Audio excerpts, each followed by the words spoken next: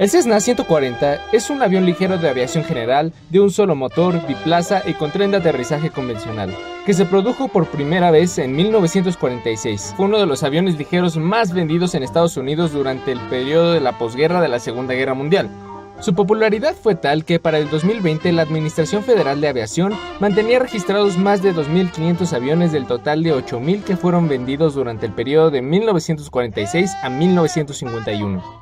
Por otra parte, este modelo Cessna resulta ser un modelo muy apreciado dentro de la Asociación de Pilotos y Propietarios de Aeronaves, ya que posee un atractivo visual muy característico que representa muy bien la apariencia de las aeronaves ligeras de antaño, porque tiene una manejabilidad divertida y estable, además de ser bastante asequible económicamente.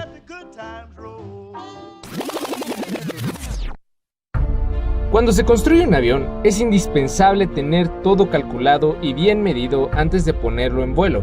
Pero, ¿cómo sabes que un avión volará antes de ponerlo en marcha en la vida real? Bueno, para eso el equipo Delta ha construido un Cessna 140 a escala que se puso a prueba en el túnel de viento AF100 para así valorar las fuerzas aerodinámicas que sufre este aeromodelo y así poder tener una idea de cómo se comportará un Cessna 140 en la realidad. Este pequeño aeromodelo parecerá algo sencillo, pero ¿habrá sido en realidad tan fácil crear un aeromodelo capaz de soportar cargas y momentos que la aeronave tendrá en la realidad? ¿Qué medidas esperábamos obtener y cuáles fueron las que obtuvimos con nuestras mediciones en el túnel de viento? Acompáñanos para saber todo el proceso de este complejo proyecto de ingeniería.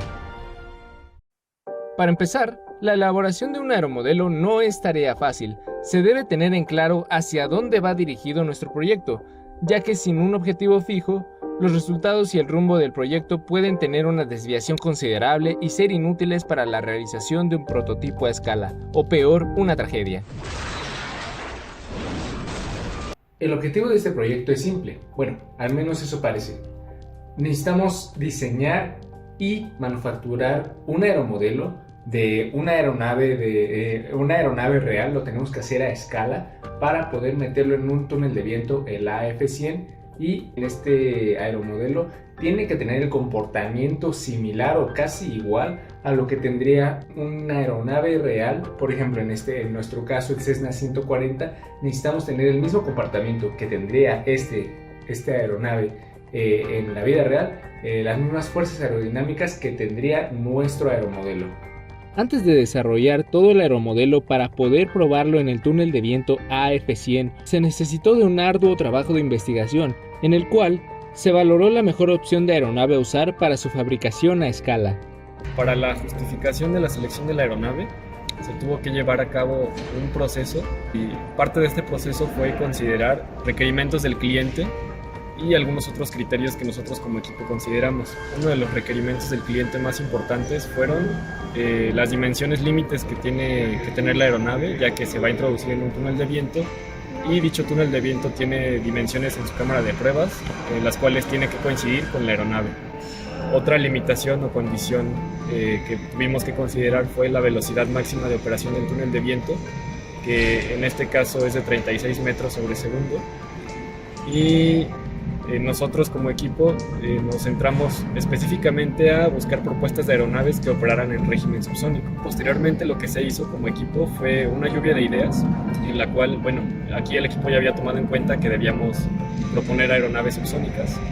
Entonces, con base en lo anterior, se realizó una propuesta de aproximadamente 18 modelos, entre los cuales se propusieron aeronaves de todo tipo, como comerciales, militares, para diferentes tipos de aplicaciones, de diferentes configuraciones, y después posteriormente se realizó un análisis estadístico, el cual se conoce como análisis de jerarquización, y este análisis básicamente lo que hace es poderte dar a ti como usuario una justificación cuantitativa de tus opciones para poder saber cuál es la mejor alternativa según este análisis. Tener en cuenta el número de Mach de operación, la simplicidad geométrica del modelo, las dimensiones, ya que con estos datos nosotros podíamos sacar más datos.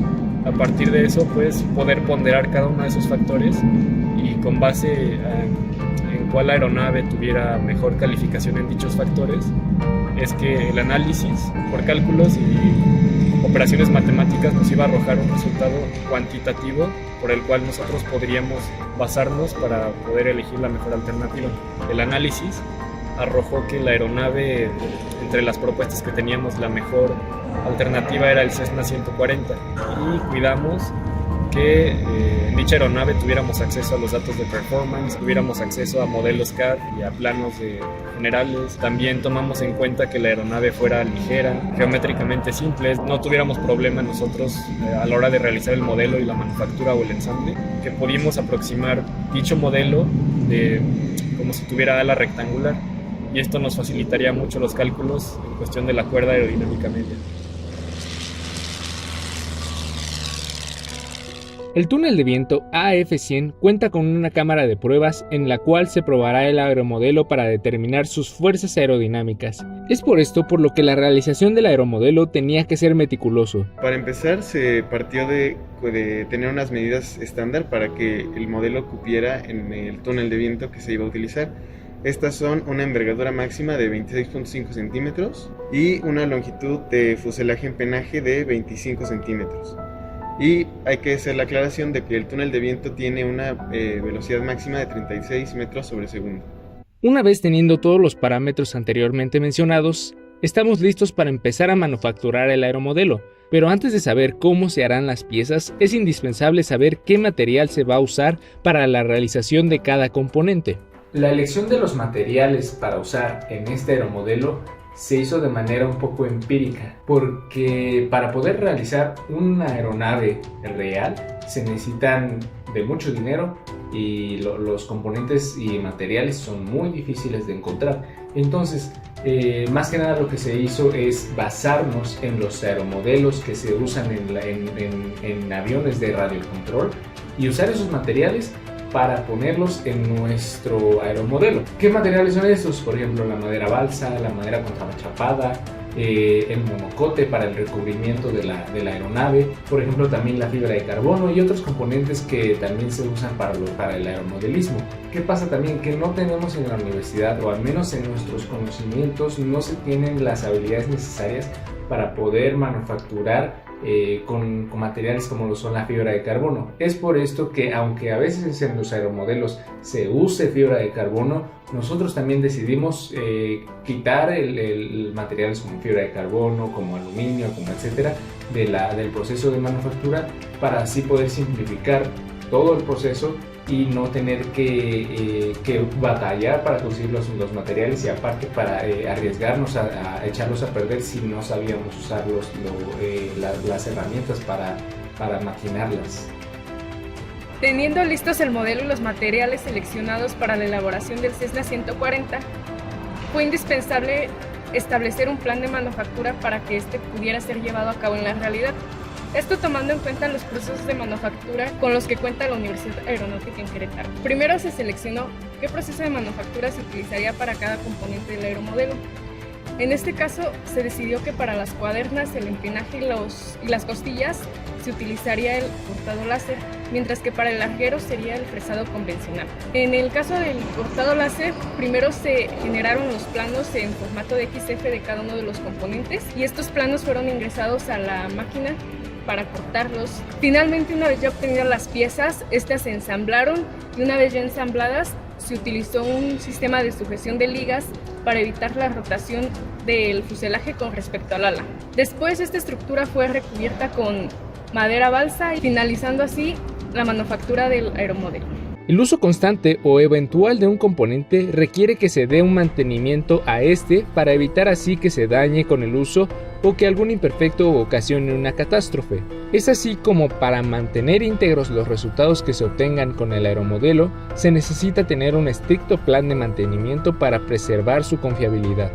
Un plan de mantenimiento es una serie de acciones que se deben de realizar al producto, en este caso al aeromodelo, para que éste siga cumpliendo con su función de manera adecuada y para prevenir fallos que puedan presentarse en el futuro debido al uso o a que alguna de sus piezas o componentes se encuentre dañado.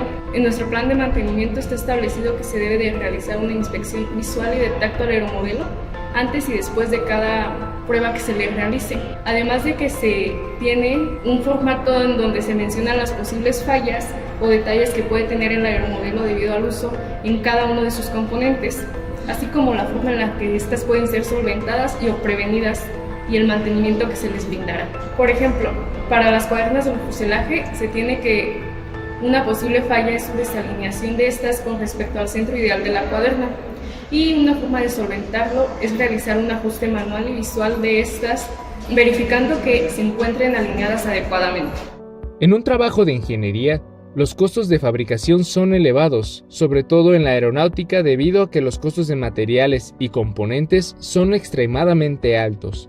Es por esto por lo que se tuvieron que utilizar materiales no aeronáuticos para la realización de este modelo para reducción de costos, además de que se tenía que proponer un presupuesto inicial con salarios de ingeniería incluidos. Además, como un segundo requerimiento del cliente, se pidió una reducción del 70% del presupuesto inicial, lo cual nos forzó a hacer modificaciones en el presupuesto. El presupuesto inicial de este proyecto inició mediante dos análisis. El primero fue el cálculo del presupuesto del material que se iba a utilizar e igualmente el costo de ingeniería. En una primera instancia se utilizaron los materiales que posiblemente se iban a utilizar para el aeromodelo, y el segundo pues fue el cálculo de ingenieril que se utilizó la metodología de Gudmundsson, en la que nos arrojó un aproximado de 1,434.8 pesos. Igualmente se hizo la suma con el material propuesto y nos arrojó una cantidad de aproximadamente de 3,554 pesos. Al final, para un costo final, pues se tenía que hacer una reducción de aproximadamente el 70% del presupuesto, y esto lo logramos mediante la reducción de los materiales que habíamos propuesto, reutilizando materiales del equipo de U-Fly o materiales que podíamos conseguir de manera gratuita, e igualmente recortando nuestro salario de ingeniería, que se había calculado en un 30%. Al final, el salario total que nos había dado de 3,554 se pudo reducir en un 70.43%, a un total de 1,051.44 pesos. Para poder probar el aeromodelo en el túnel de viento, se necesitó de un proceso de ensamble preciso para que el modelo cumpliera con las especificaciones del túnel AF100. Pero para poder hacer las mediciones, también se necesitaba que este modelo estuviera empotrado a una balanza de 3 componentes, lo cual pudo ser logrado con una barra que se ensambló en el ala y unía al aeromodelo con dicha balanza. Otro punto importante durante la fabricación de este modelo fue la selección del punto de empotramiento. Esto se decidió con base en distintos parámetros, como el centro de gravedad, que en las aeronaves no es fijo debido a que el combustible puede alterar este parámetro, y por lo tanto se optó por colocar el punto de empotramiento en el ala. El proceso de ensamble y empotramiento fue uno de los procesos más tardados y complicados dentro de la elaboración de la aeronave Scala. Se puede ver esta diferencia simplemente en el tiempo que se le dedicó al proceso, a diferencia del de manufactura, que fue 1 hora y media. El proceso de ensamble duró más o menos unas 6 horas 10 minutos, 6 horas y media, gran parte de ese tiempo dedicado al ensamble del ala y al recubrimiento de la aeronave Scala, debido a que se requería tener las costillas alineadas, y el proceso de recubrimiento fue un proceso básicamente muy artesanal. Por otra parte, podemos decir que fue complicado debido a las dimensiones de las piezas. Eran piezas muy pequeñas, con materiales algo frágiles a la manipulación. Y todo esto se juntó para hacer que el proceso en sí fuera complejo. El proceso se dividió en 3 etapas: el ensamble del fuselaje, el ensamble del ala, 4 etapas mejor dicho: fuselaje, ala, la etapa del recubrimiento y por último del empotramiento, que fue poner todo el modelo junto con la viga de empotramiento para meterlo a la cámara de pruebas del túnel de viento. El propósito inicial de este proyecto no era crear un aeromodelo que tuviera buena estética para exposición, sino manufacturar un avión que cumpliera con el desempeño aerodinámico que tiene un Cessna 140 real. Es por esto por lo que los análisis aerodinámicos son de vital importancia para la validación del proyecto. Primero, se necesitaron de análisis estructurales para saber si la estructura de la aeronave iba a soportar los esfuerzos a los que iba a ser sometida. Se realizó un análisis estático al modelo con el fin de determinar si el modelo resistiría la fuerza ejercida por la sustentación en el túnel de viento. Para realizar este análisis se utilizó una carga determinada con base en la velocidad del túnel de viento y en el coeficiente de sustentación del ala. Esto nos dio un resultado de una fuerza de aproximadamente 1.6 newtons en cada costilla. Se obtuvieron los siguientes resultados. Se puede ver que el material, a pesar de que tiene una ligera deformación, no va a haber falla. El momento crítico de este proyecto recayó en el análisis de las fuerzas aerodinámicas que sufriría este modelo, donde se comprobaría si realmente el aeromodelo era validado como una escala del modelo inicial. Antes de proceder con los cálculos, como lo que se requería era que el desempeño de la aeronave real fuera lo más parecido posible al desempeño de nuestro modelo, inmediatamente pensamos en aplicar semejanza dinámica. Sin embargo, después nos dimos cuenta que esto no iba a ser posible, principalmente por las limitaciones de las dimensiones que teníamos para realizar el aeromodelo, también por la limitante de la velocidad del túnel de viento. Haciendo algunas pruebas nos dimos cuenta que los parámetros adimensionales entre aeronave real y modelo no iban a ser exactamente iguales. Entonces la semejanza dinámica quedó descartada. Pues dentro de toda la metodología de la obtención de las fuerzas aerodinámicas, pues tenemos primero que hacer la montura de la balanza en el túnel de viento. Igual se montó el aeromodelo, se conectó la balanza al panel de datos, se energizó el túnel de viento. Una vez que ya todo estaba asegurado, se reinició 2 veces el panel de datos para que los datos fueran congruentes. Después de todos los intentos, se logró tomar datos pues más fidedignos, y pues una vez tomado todos los datos, se hizo la desinstalación del aeromodelo. Igualmente se desinstaló la balanza, el tubo Pitot, y pues se colocó todo de nuevo en su lugar. Ahora, para las limitaciones que hubo en el procedimiento de la medición de fuerzas aerodinámicas, podemos decir que realmente no hubo muchas dificultades, limitaciones, únicamente 2. Una de ellas afectó en la parte de las mediciones, pero se corrigió inmediatamente gracias a la ayuda del profesor, que fue el hecho de que la explicación del procedimiento no estaba completa y se nos faltó mencionar el desajustar unas perillas que se encontraban en la balanza de los 3 componentes, y por último otra relacionada con un proceso, por así decirlo, de redondeo, de un error de redondeo que se ve al tomar los datos del panel de detección de datos, en el que los valores que daban estaban en décimas y realmente a lo mejor había valores pues hasta milésimas, 10 milésimas, que nos hubieran ayudado a hacer un análisis más preciso. Por último, para el análisis de riesgos, el equipo elaboró este entregable de forma extra, debido a que identificó que sería una buena práctica para identificar más claramente todos estos componentes materiales críticos para el diseño de la aeronave, y así, después de haber elaborado el modelo que hicimos, proponer mejoras para un futuro como esta aeronave, proponer mejoras para un futuro modelo en donde realmente ya todos los riesgos se hayan disminuido al máximo, al mínimo, mejor dicho. Se trabajó con teoría de Prandtl y teoría de perfil delgado. La teoría de Prandtl funciona como si nosotros quisiéramos conseguir el flujo mediante los vórtices que genera un ala. La teoría de perfil delgado se basa en idealizar un flujo bidimensional y enfocarlo en el perfil mediante líneas de vórtices. La teoría de Prandtl se sustenta bajo la teoría del flujo, de la circulación, perdón. También se toman en consideración otras variables como son la desviación de estela y el ángulo de estela.